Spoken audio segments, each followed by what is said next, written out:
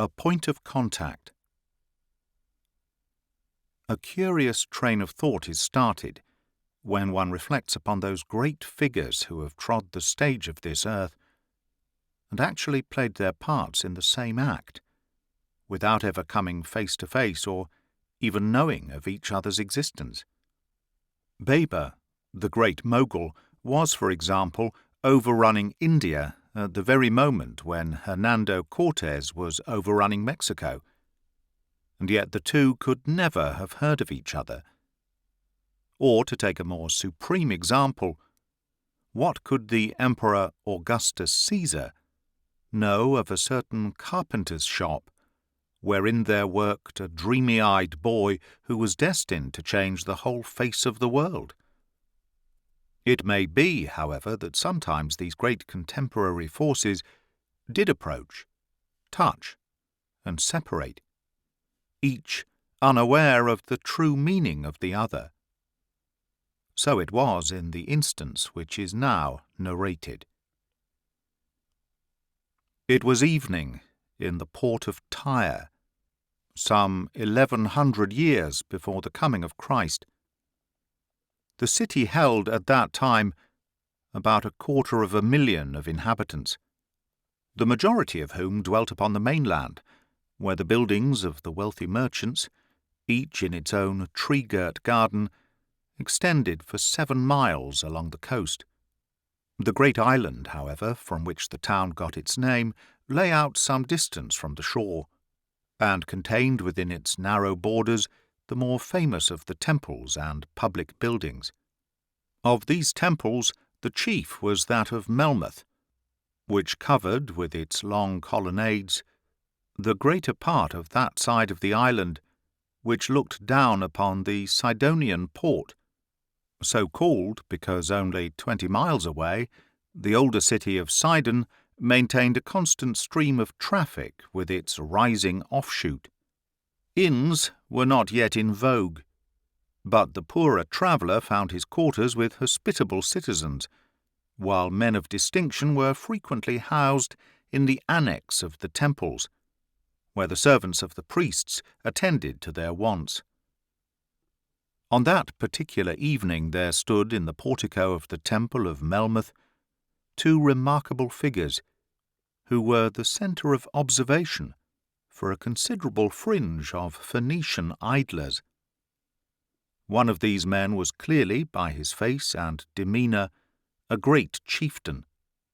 His strongly marked features were those of a man who had led an adventurous life, and were suggestive of every virile quality, from brave resolve to desperate execution. His broad, high brow and contemplative eyes showed that he was a man of wisdom as well as of valour. He was clad, as became a Greek nobleman of the period, with a pure white linen tunic, a gold-studded belt supporting a short sword, and a purple cloak. The lower legs were bare, and the feet covered by sandals of red leather, while a cap of white cloth was pushed back upon his brown curls, for the heat of the day was past, and the evening breeze most welcome.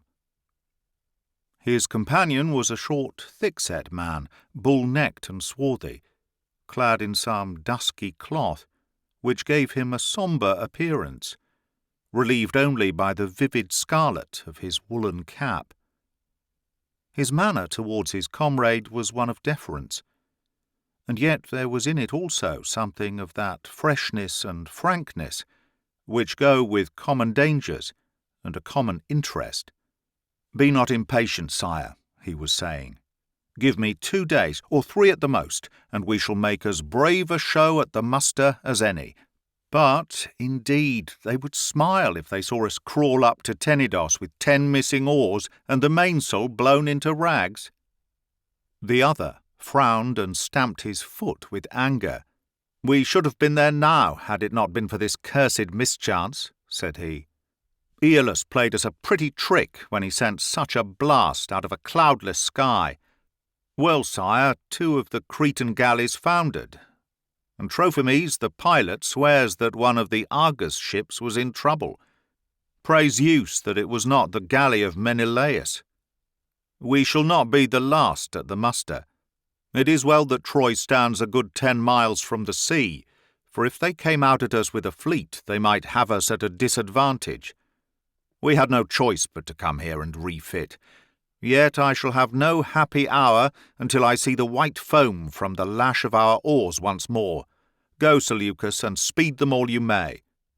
The officer bowed and departed, while the chieftain stood with his eyes fixed upon his great dismantled galley, over which the riggers and carpenters were swarming.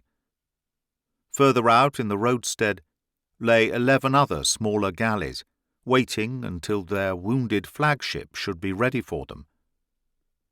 The sun, as it shone upon them, gleamed upon hundreds of bronze helmets and breastplates, telling of the warlike nature of the errand upon which they were engaged. Save for them, the port was filled with bustling merchant ships, taking in cargoes or disgorging them upon the quays.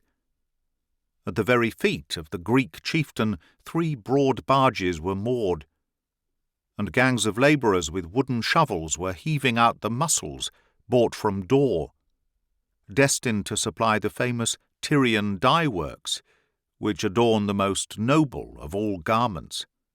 Beside them was a tin ship from Britain, and the square boxes of that precious metal, so needful for the making of bronze, were being passed from hand to the waiting wagons.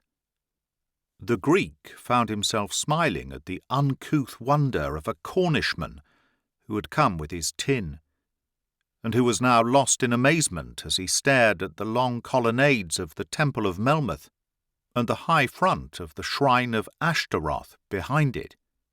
Even as he gazed, some of his shipmates passed their hands through his arms and led him along the quay to a wine shop, as being a building much more within his comprehension. The Greek, still smiling, was turning on his heels to return to the temple, when one of the clean-shaven priests of Baal came towards him. "It is rumoured, sire," said he, "that you are on a very distant and dangerous venture. Indeed, it is well known from the talk of your soldiers what it is that you have on hand. It is true," said the Greek, "that we have a hard task before us. But it would have been harder to bide at home, and to feel that the honour of a leader of the Argives had been soiled by this dog from Asia. I hear that all Greece has taken up the quarrel. Yes, there is not a chief from Thessaly to the Malea who has not called out his men, and there were 1,200 galleys in the harbour of Aulis." "It is a great host," said the priest. "But have ye any seers or prophets among ye who can tell what will come to pass?" "Yes, we had one such, Calchas his name. He has said that for 9 years we shall strive, and only on the 10th will the victory come." "That is but cold comfort," said the priest. "It is indeed a great prize which can be worth 10 years of a man's life."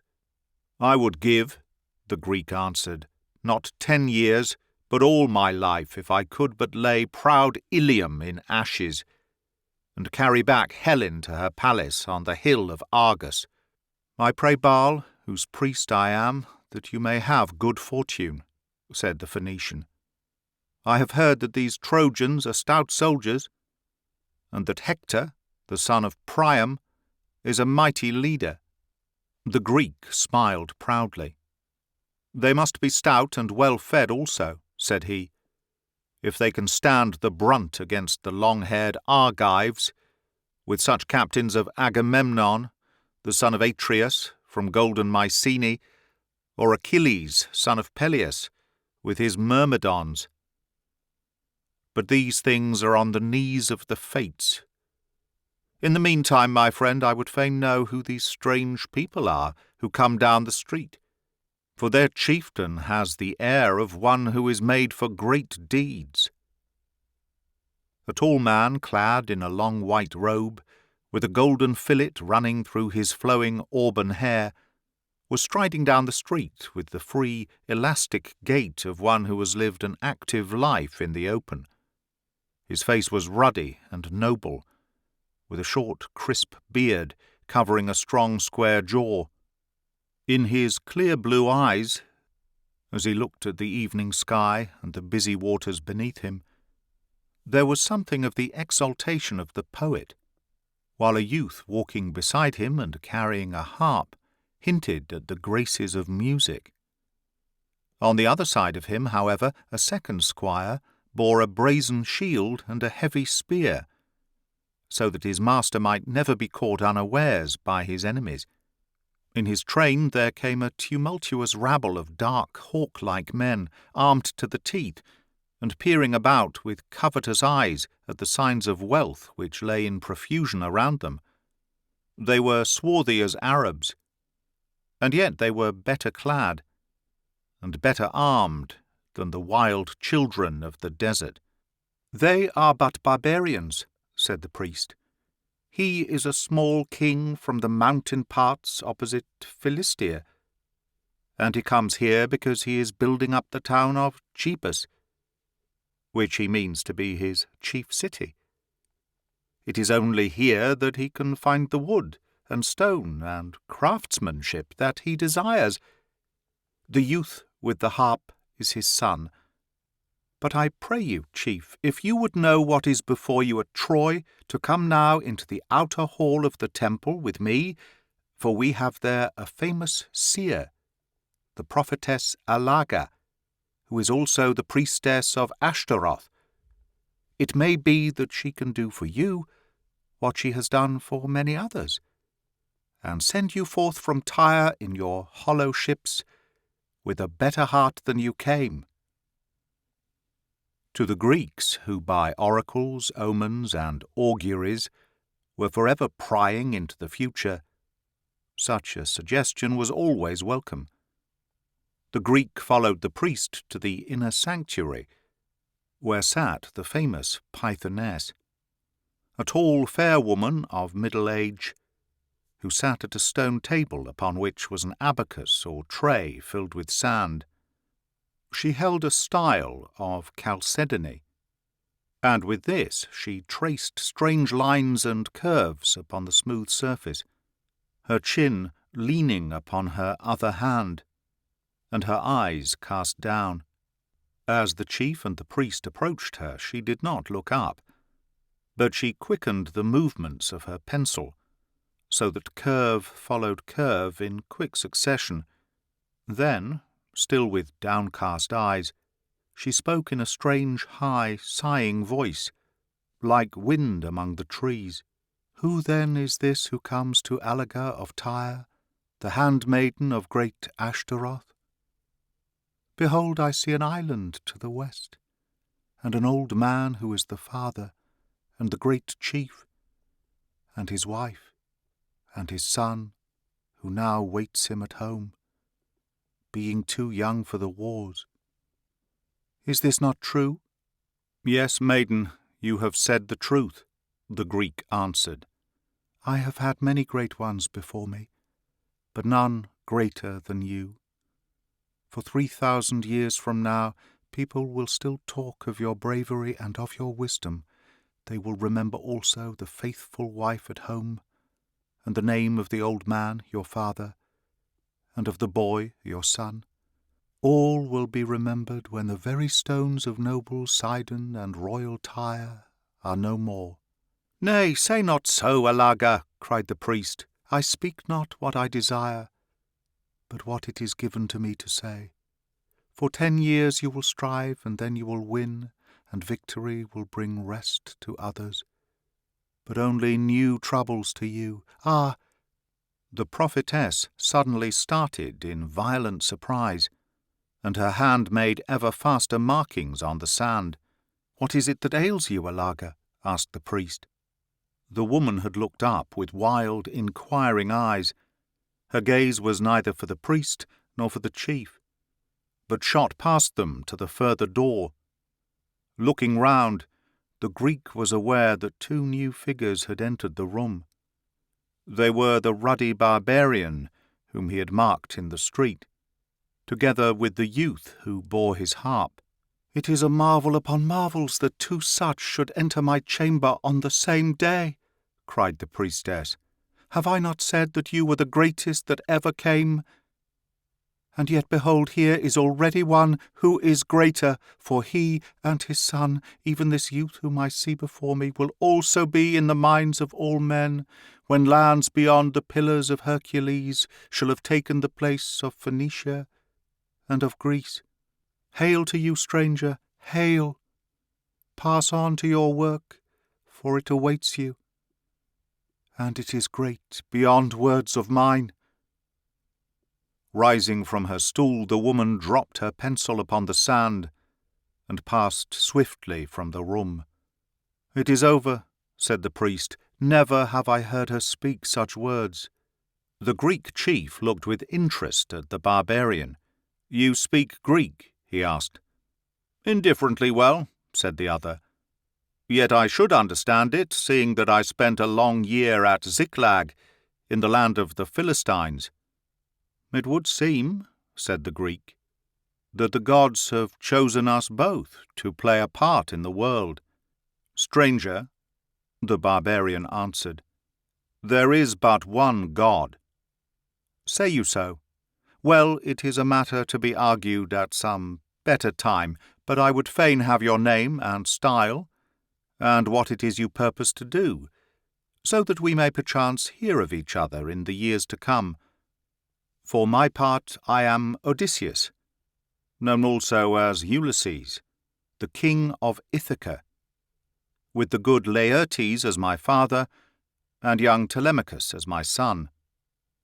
For my work, it is the taking of Troy, and my work, said the barbarian, is the building of Jebus, which now we call Jerusalem. Our ways lie separate, but it may come back to your memory that you have crossed the path of David, second king of the Hebrews, together with his young son Solomon, who may follow him upon the throne of Israel. So he turned and went forth into the darkened streets, where his spearmen were awaiting him, while the Greek passed down to his boat, that he might see what was still to be done ere he could set forth upon his voyage.